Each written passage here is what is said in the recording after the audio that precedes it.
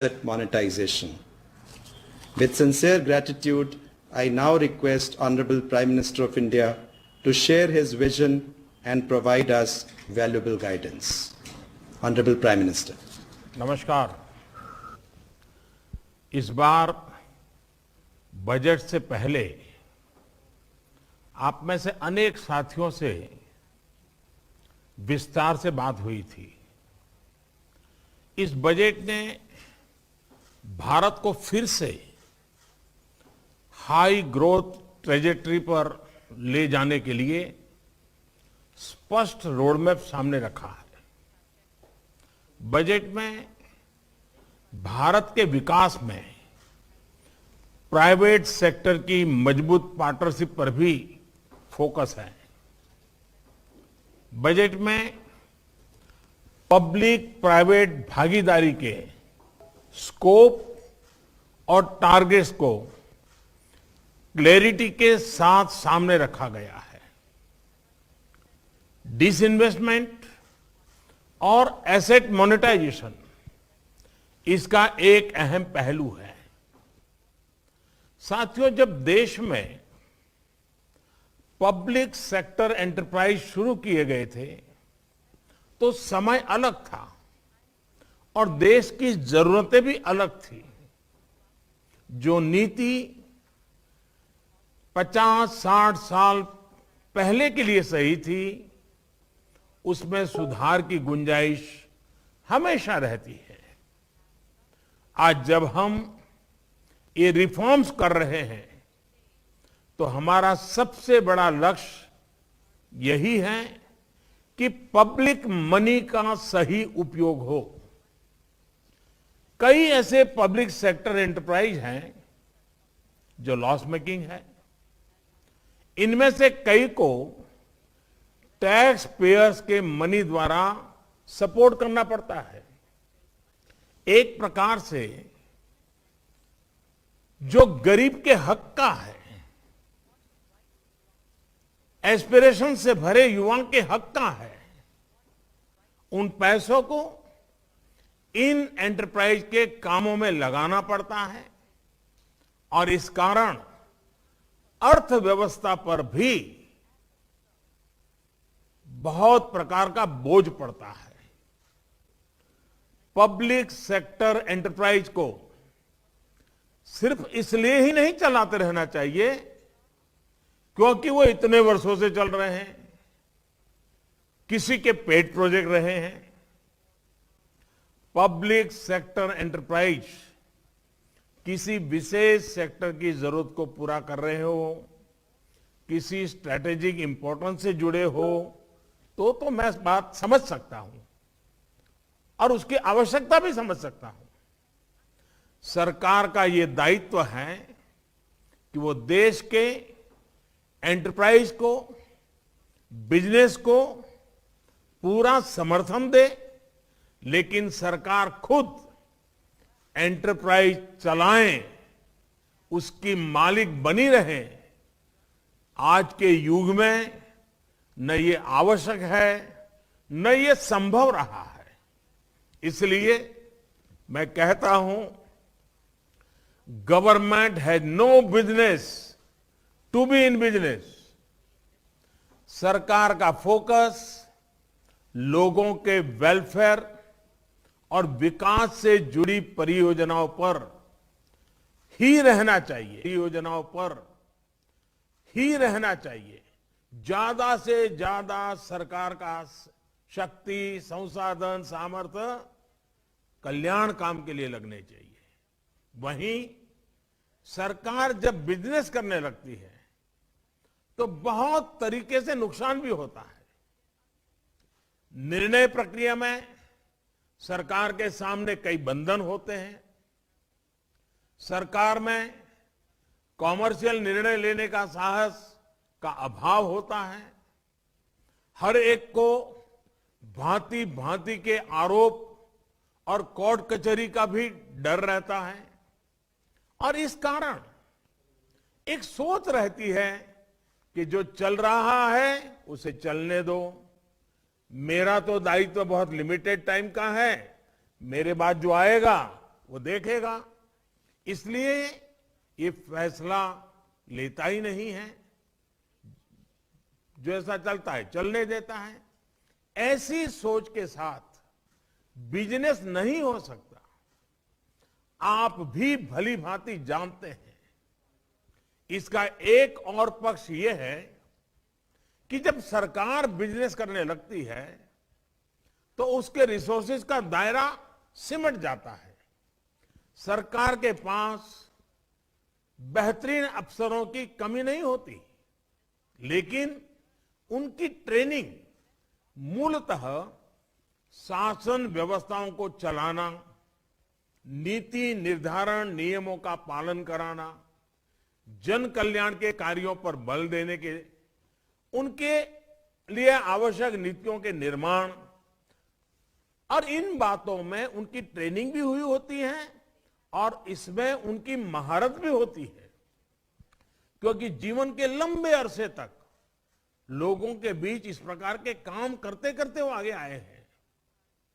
ये काम इतने बड़े देश में बहुत ही महत्व का होता है, लेकिन जब सरकार बिजनेस करने लगती है तो उसे इन कार्यों से निकाल करके, ऐसे होनहार अफसरों को निकाल करके इस तरफ ले जाना पड़ता है।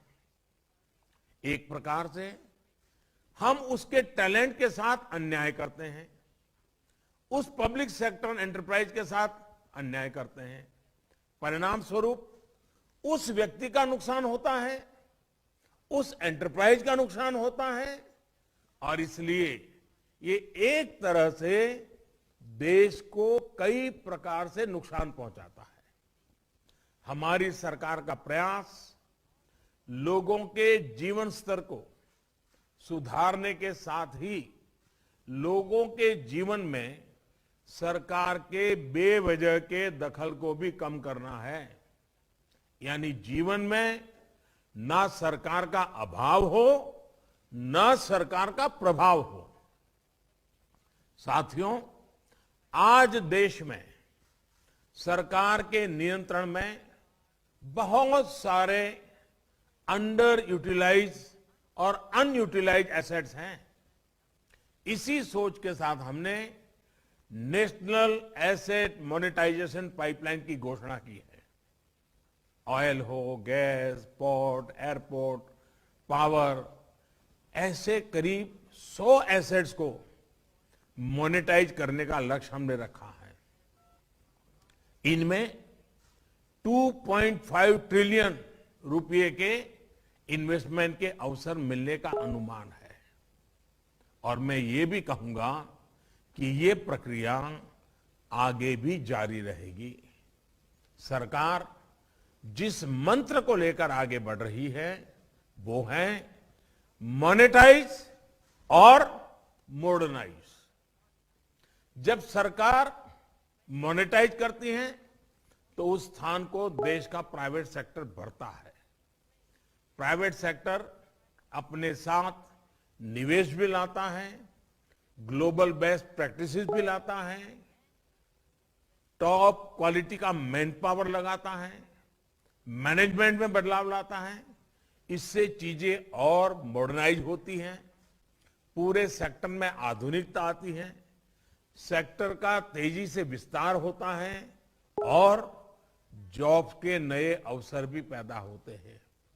ये पूरी प्रक्रिया ट्रांसपेरेंट रहे, नियमों के तहत रहे, इसके लिए मॉनिटर करना भी उतना ही आवश्यक है। यानी मोनेटाइज और मॉडर्नाइज के साथ हम पूरी अर्थव्यवस्था की एफिशिएंसी को और बढ़ा सकते हैं। साथियों, सरकार के निर्णयों की वजह से जो राशि मिलेगी उसका इस्तेमाल जन कल्याण की योजनाओं में किया जा सकेगा।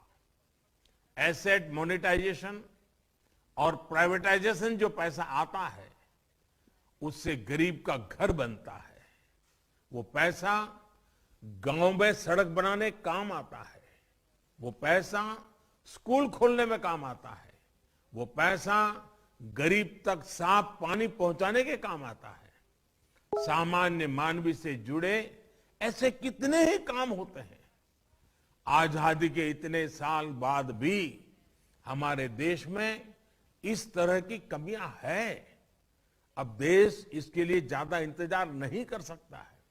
हमारी प्राथमिकता देश का सामान्य नागरिक, उसकी आवश्यकताएं, उसकी जरूरतें वो रहनी चाहिए।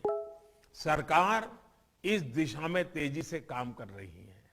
इसलिए एसेट मोनेटाइजेशन और प्राइवेटाइजेशन से जुड़ा हर निर्णय देश में नागरिकों के लिए, चाहे वो गरीब हो, मध्यम वर्ग का हो, युवा हो, महिला हो, किसान हो, मजदूर हो, उनको एम्पावर करने में मदद करेगा। प्राइवेटाइजेशन से सामर्थ्यवान युवाओं के लिए बेहतर अवसर भी उपलब्ध होते हैं। नौजवानों को अपना टैलेंट दिखाने के लिए ज्यादा अवसर मिलते हैं।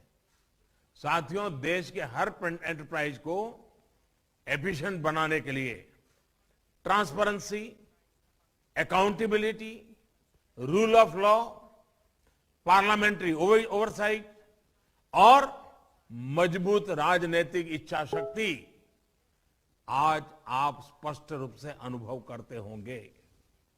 इस बजट में पब्लिक सेक्टर एंटरप्राइज के लिए जिस नई पॉलिसी की घोषणा की गई है, उसमें भी हमारा ये इरादा साफ साफ दिखता है। 4 स्ट्रेटेजिक सेक्टर के अलावा बाकी सारे पीएसयूज के प्राइवेटाइजेशन को लेकर सरकार प्रतिबद्ध है। स्ट्रेटेजिक सेक्टर्स में भी कम से कम पीएसयूज रहें, जितनी जरूरत हो उतने ही रहें, ये भी हमने साफ किया है। ये नीति एनुअल डिसइन्वेस्टमेंट टारगेट से आगे बढ़कर मीडियम टर्म स्ट्रेटेजिक अप्रोच रखते हुए इंडिविजुअल कंपनीज के चयन में मदद करेगी। इससे इन्वेस्टमेंट का भी एक क्लियर रोड मैप बनेगा। इससे हर सेक्टर में आपके लिए इन्वेस्टमेंट के नए अवसर बनेंगे और भारत में रोजगार की भी अपार संभावनाएं बनेगी। और मैं ये भी कहूंगा कि यह सब मूल्यवान एसेट्स हैं। इन चीजों ने देश की बहुत सेवा की है और आगे भी बहुत संभावनाओं से भरी पड़ी है। हमने बहुत बार देखा है कि जब मैनेजमेंट बदलता है तो इकाइयां नई ऊंचाई पर को छू लेती है। आप सब लोग वर्तमान से नहीं, भविष्य की जो संभावनाएं छुपी हैं उससे इसका आकलन करें और मैं इनके उज्जवल भविष्य को स्पष्ट रूप से देख पाता हूं। साथियों, आज जब हमारी सरकार पूरे कमिटमेंट के साथ इस दिशा में आगे बढ़ रही है, तो इससे जुड़ी नीतियों का इंप्लीमेंटेशन उतना ही अहम है। पारदर्शिता सुनिश्चित करने के लिए, कंपटीशन सुनिश्चित करने के लिए, हमारी प्रक्रियाएं सही रहे, पॉलिसी स्टेबल रहे, ये बहुत आवश्यक है। इसके लिए एक डिटेल्ड रोड मैप के साथ ही प्रॉपर प्राइस डिस्कवरी और स्टेक होल्डर मैपिंग के लिए हमें दुनिया की बेस्ट प्रैक्टिसेस से सीखना होगा।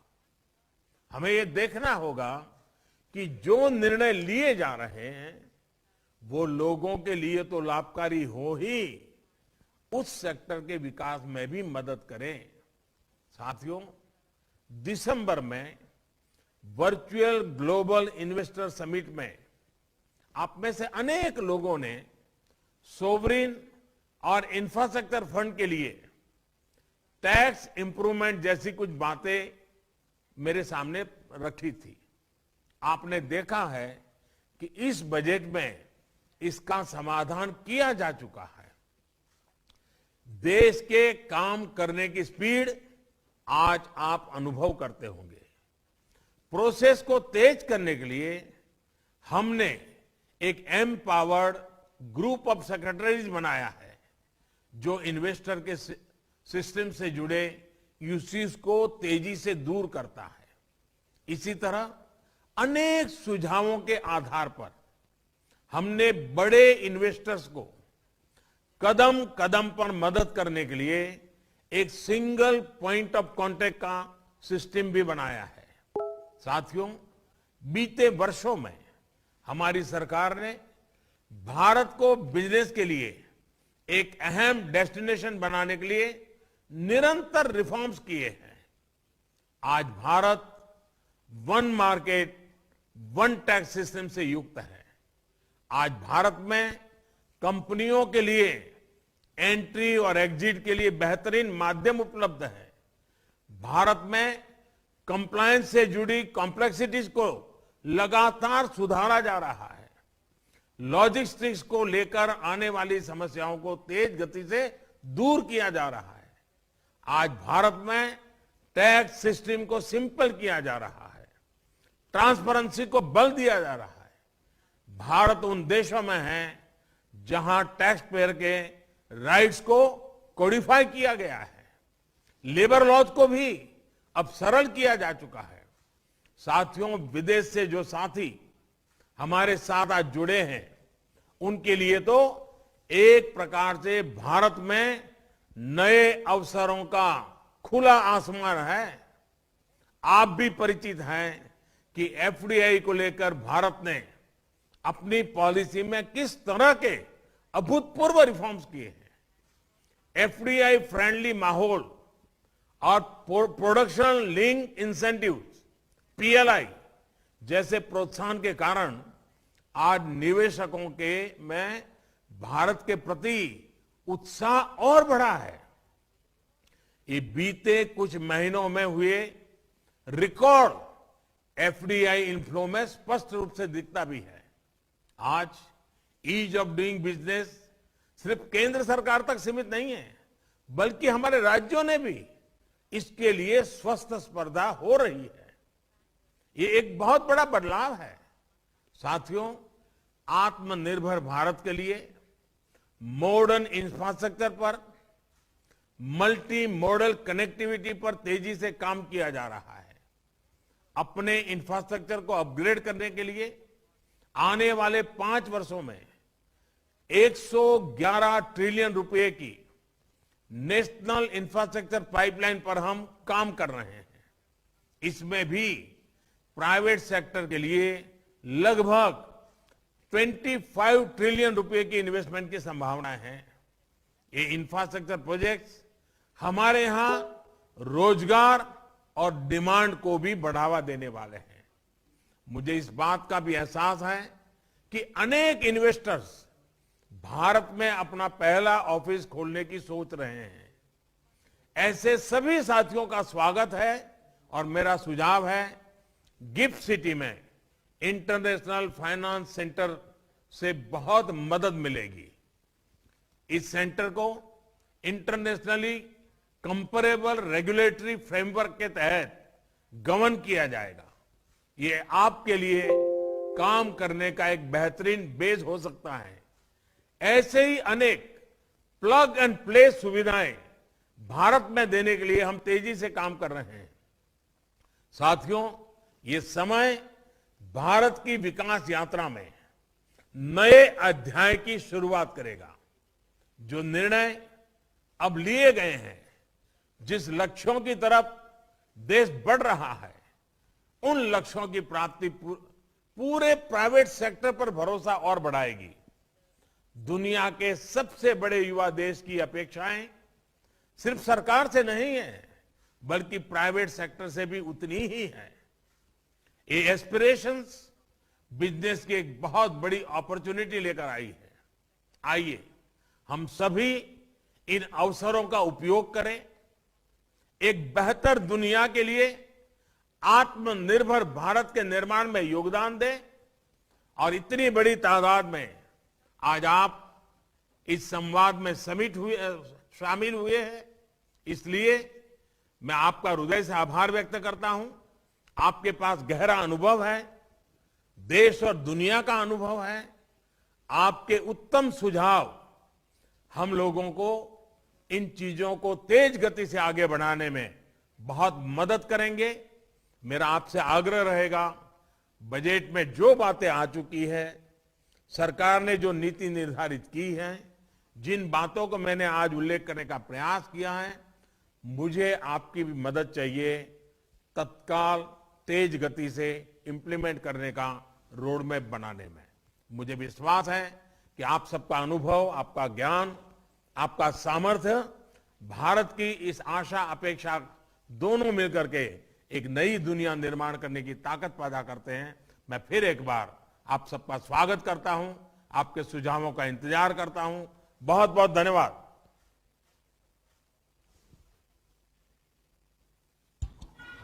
Honorable Prime Minister, on behalf of Finance Minister, Minister of State for Finance and all participants, it's an honor to convey our gratitude and thanks to you, sir, for sparing time today for the webinar and sharing your vision on an important theme.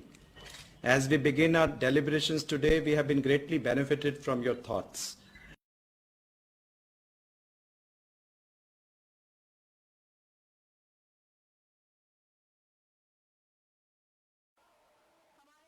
प्रधानमंत्री श्री नरेंद्र मोदी जी से